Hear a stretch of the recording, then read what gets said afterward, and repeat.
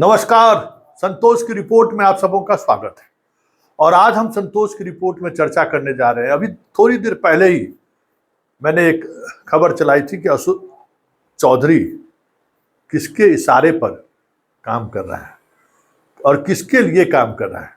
क्योंकि कहने को वो जरूर कहते हैं कि हम नीतीश के प्रति वफादार हैं या नीतीश के प्रति हम समर्पित हैं, लेकिन वो काम सारे ऐसे कर रहे हैं जिससे नीतीश कमजोर हो सकते हैं।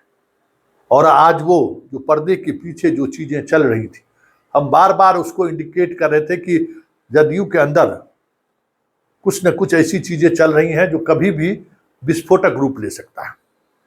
और ये खेल आज से नहीं चल रहा है, कई महीने से चल रहा होगा। याद होगा कि ललन सिंह और वीरेंद्र यादव को लेकर उस दौर में खबर चली थी कि ये लोग आरजेडी को तोड़ने की मुहिम में लगे हुए हैं। मतलब इस तरीके से खबर प्लांट किया गया था कि लगा जैसे यही दोनों नहीं बीजेपी की तरफ जाने की जो रणनीति बन रही है उस रणनीति के बाधा की नहीं है, इसको लेकर पार्टी तोड़ने तक की इन्होंने बिसात बिछा दी है। वीरेंद्र यादव के आवास पर बैठक हुई, कार्यालय में बैठक हुई, क्या क्या नहीं चलाया गया। और उसके पीछे भी उसी व्यक्ति का हाथ था जिस व्यक्ति की वजह से आज सब कुछ सामने आ चुका है। जी हाँ, हम बात कर रहे हैं वीरेंद्र यादव के उस बयान का जिसमें उन्होंने कहा कि मैं जदयू में हूं कहां।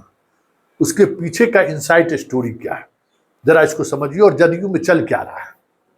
देखिए, नीतीश कुमार जिस मनः स्थिति से गुजर रहे हैं उसकी वजह से सरकार और पार्टी दोनों उनके नियंत्रण से लगभग बाहर हो चुका है।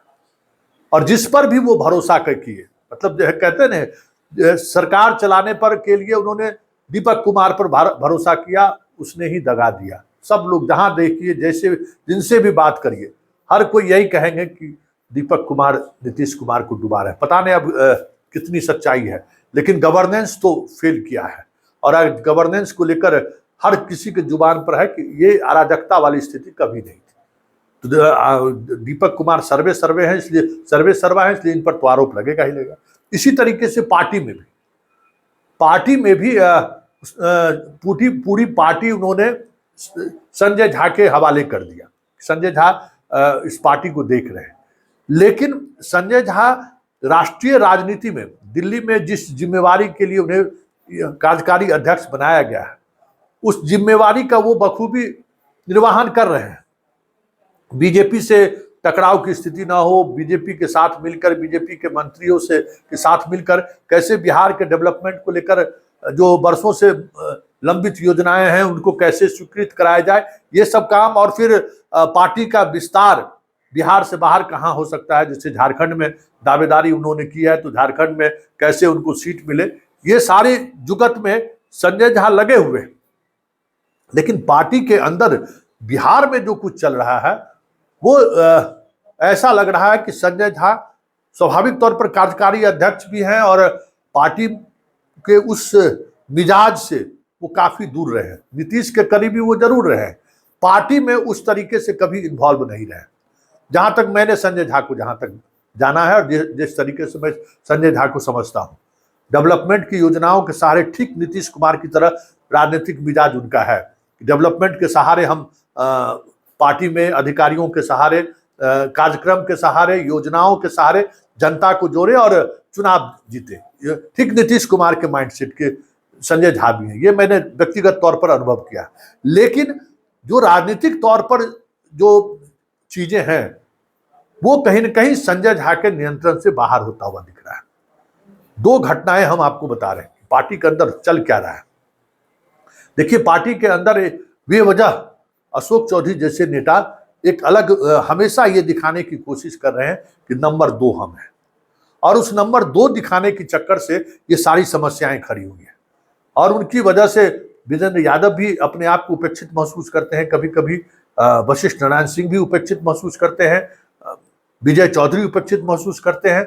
ये सारे जो स्तंभ है जो नीतीश कुमार जिस समय में समता पार्टी का उन्होंने नींव रखा, उस दौर से जो लोग उनके साथ हैं वो सारे लोग कहीं न कहीं अपने आप को ऐसा महसूस करने लगे हैं कि उन्हें उपेक्षित किया जा रहा है। और ये सारी चीजें उमेश कुशवाहा भी समता पार्टी थोड़ी इनके साथ है, ये तो एक्सीडेंटल अध्यक्ष है। एक दौर में रामविलास पासवान से विवाद हुआ लालू यादव को, देखो हमारे यहाँ के विधायक थे पीताम्बर पासवान, उनको भी राजद का अध्यक्ष बना दिया गया था। तो उसी तरीके से कुशवाहा की पॉलिटिक्स में आरसीपी के करीब रहे उमेश कुशवाहा, और पार्टी से उनको निकालना था तो उमेश कुशवाहा उसमें बच गए। कहा कि उमेश कुशवाहा सबसे पहले आरसीपी के खिलाफ बयान भी दिए, जो राजनीति होता है, और वो बसते चले गए। आरसीपी गए तब भी रह गए, ललन सिंह गए तब भी रह गए, संजय झा आए तब भी उनकी मनमर्जी चलती रही। विवाद कैसे शुरू हुआ जरा सुनिए। देखिए, जितने भी वशिष्ठ नारायण सिंह हो या विजय चौधरी हो या विजेंद्र यादव हो, इस दौर के नेताओं के साथ जितने लोग जुड़े हुए हैं वो पार्टी में 20 साल से जुड़े हुए हैं। एक एक कर उनको पार्टी के संगठन से इन लोगों ने बाहर कर दिया। और एक बबेला का तो मैं प्रत्यक्षदर्शी हूं। एक बबेला जो हुआ, ये लोग जो है युवा के अध्यक्ष को बदल दिए, मनीष कुमार को अध्यक्ष बना दिए, और जो नीतीश पटेल है, जिसको नीतीश कुमार बेटे की तरह मानते हैं, उनको, और उन्होंने, सबसे बड़ी बात है कि नीतीश पटेल का जो सबसे एक खासियत है, वो कुर्मी की राजनीति नहीं करता है, वो अति पिछड़ों को साथ लेकर राजनीति करता है। और पटना यूनिवर्सिटी में उसने अपनी दबदबा दिखा चुका है कि हम कैसे राजनीति कर सकते हैं, और उसको इन लोगों ने हटा दिया। नीतीश के चहेते को इन लोगों ने हटा दिया। इतना बड़ा दुस्साहस इन लोगों का, आप समझ जाइए। सहयोग से ये खबर हमारे पास भी आया कि भाई उसको पार्टी से प्रदेश अध्यक्ष हटा दिया। फिर जो भी हुआ, नीतीश जी से मुलाकात का समय मांगा। नीतीश जी भाई क्यों नहीं, वो तो जिगर का टुकड़ा है। जैसे ही हरेंद्र कुमार को किने जानकारी दी, कहा बुलाओ बुलाओ बुलाओ बुलाओ, नीतीश कहाँ है, पटना में, बुलाओ जितना जल्दी आ सकता है। आते आते कहते हैं क्या युवा अध्यक्ष, क्या हाल है। तो कहा नीतीश, सर अब हम युवा अध्यक्ष कहाँ है? युवा अध्यक्ष तुम नहीं हो, कौन युवा अध्यक्ष है? सर हमको हटा दिया गया है। किसको बनाया है लोग? तो मनीष कुमार। कौन है ये? तो सर खगड़िया इधर का है, दिल्ली में रहता था, 1 साल पहले पार्टी में जुड़ा है। अच्छा, लगाओ तो रहे उमेश कुशवाहा को फोन, जो कहना था सो कहे। उसके बाद कल हो की बैठक हुई जिसमें तमाम वरिष्ठ नेता मौजूद थे। तो ये जो संगठन बना, उस संगठन में अब वशिष्ठ नारायण सिंह के साथ जो रहने वाले लोग हैं, जो 20 बरस 25 बरस से समता पार्टी से लोग जुड़े हुए हैं, उन लोगों को संगठन से बाहर कर दिया। विजेंद्र यादव, विजय चौधरी से जुड़े हुए लोग जो पार्टी के लिए दिन रात काम कर रहा है, उसको इन लोगों ने बाहर का रास्ता दिखा दिया। मतलब नीतीश कुमार को कि लोग कैसे बाहर चला जाए, और इसमें इनका इस्तेमाल एगो भेगना है, उसका इस्तेमाल ही लोगों ने किया। हालांकि इस प्रकरण में भेगना की भी विदाई हो गई। उनको पार्टी दफ्तर में रखा गया था कि वो मामा के उत्तराधिकारी के तौर पर रहेंगे तो बहुत सारी चीजें कंट्रोल में रहेगा, लेकिन वो कंट्रोल में क्या रहेगा, पार्टियों को बेकंट्रोल कर दिए। और उमेश कुशवाहा जो चाहा वो होता रहा। अब कल नीतीश का शाम का आना संयोग नहीं था, वो प्रयोग था। वो आकर अपने जो खास आदमी, अब बताइए रविंदर सिंह को, लोग रविंदर सिंह को साइड कर दिया। अरे भाई, नीतीश कुमार के साथ रविंदर सिंह, गांधी हो चाहे वशिष्ठ झा हो, अरे ये सब आज के साथ रहने वाले हैं। हरिंदर हो, ये लोग आज के लोग हैं। और जो नीतीश के साथ है, मतलब पूरे भरोसे के साथ नीतीश के साथ होंगे, नीतीश का भरोसेमंद होंगे। उन भरोसेमंद लोगों को भी लोग बाहर का रास्ता दिखाना शुरू कर दिए। तो स्वाभाविक तौर पर विजेंद्र यादव की जो प्रतिक्रिया है, वो प्रतिक्रिया वैसे ही नहीं बाहर आया। अब बताइए, मीटिंग है, विजेंद्र यादव को सूचना तक इन लोगों ने नहीं दिया कि बैठक है। मुख्यमंत्री आवास से जब सब लोगों का हिसाब होने लगा कि कौन कौन लोग आए हैं, तो पता चला विजेंद्र यादव नहीं आए। उनके यहाँ फोन हुआ, विजेंद्र वो मीटिंग में नहीं गए। तो उनको कहा हमको पता कहाँ है कि कोई मीटिंग है, अब बताइए। विजेंद्र यादव को फोन तक नहीं किए लोग। तो आए तो कह दिए कि भाई हम जदयू के सदस्य कहाँ हैं। तो ये सारा खेल देखिए, एक बात समझ लीजिए, नीतीश का लाभ, जो स्वास्थ्य की वजह से जो लाभ उठाने की कोशिश पार्टी के अंदर चल रहा है, सरकार में भी यही स्थिति है। लेकिन फ्लैशबैक अभी भी नीतीश कुमार को आता रहता है, और कुछ चीजें नीतीश कुमार समय समय पर चीजों को वो समझते हैं।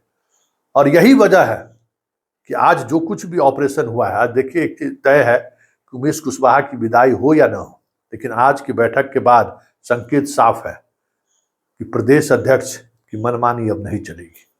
अशोक चौधरी की जो चीजें चल रही हैं, जो दिखाने की कोशिश कर रहे हैं कि पार्टी दो भागों में विभक्त है, वो आज के बाद फिर कभी दिखाई नहीं दे तो कोई बड़ी बात नहीं होगी। क्योंकि नीतीश कुमार इलाज करते हैं तो बहुत बेहतर तरीके से इलाज करते हैं, और उसी इलाज का परिणाम आज का बैठक था, जिस बैठक के आयोजन में भी प्रदेश अध्यक्ष द्वारा कुछ कटपिश करने की कोशिश हुई है। अब देखिए, विजेंद्र यादव के सार्वजनिक रूप से नाराजगी व्यक्त करने का मतलब ही है कि पार्टी में सब कुछ ठीक ठाक नहीं चल रहा है। और अगर सब कुछ ठीक ठाक नहीं चल रहा है, इतना तय मानिए कि फिर ऐसे में कई ऐसे चेहरे चंद दिनों के बाद आपको पार्टी दफ्तर और मंत्रालय में भी, मंत्रिपरिषद में भी दिखाई नहीं दे तो कोई बड़ी बात नहीं होगी।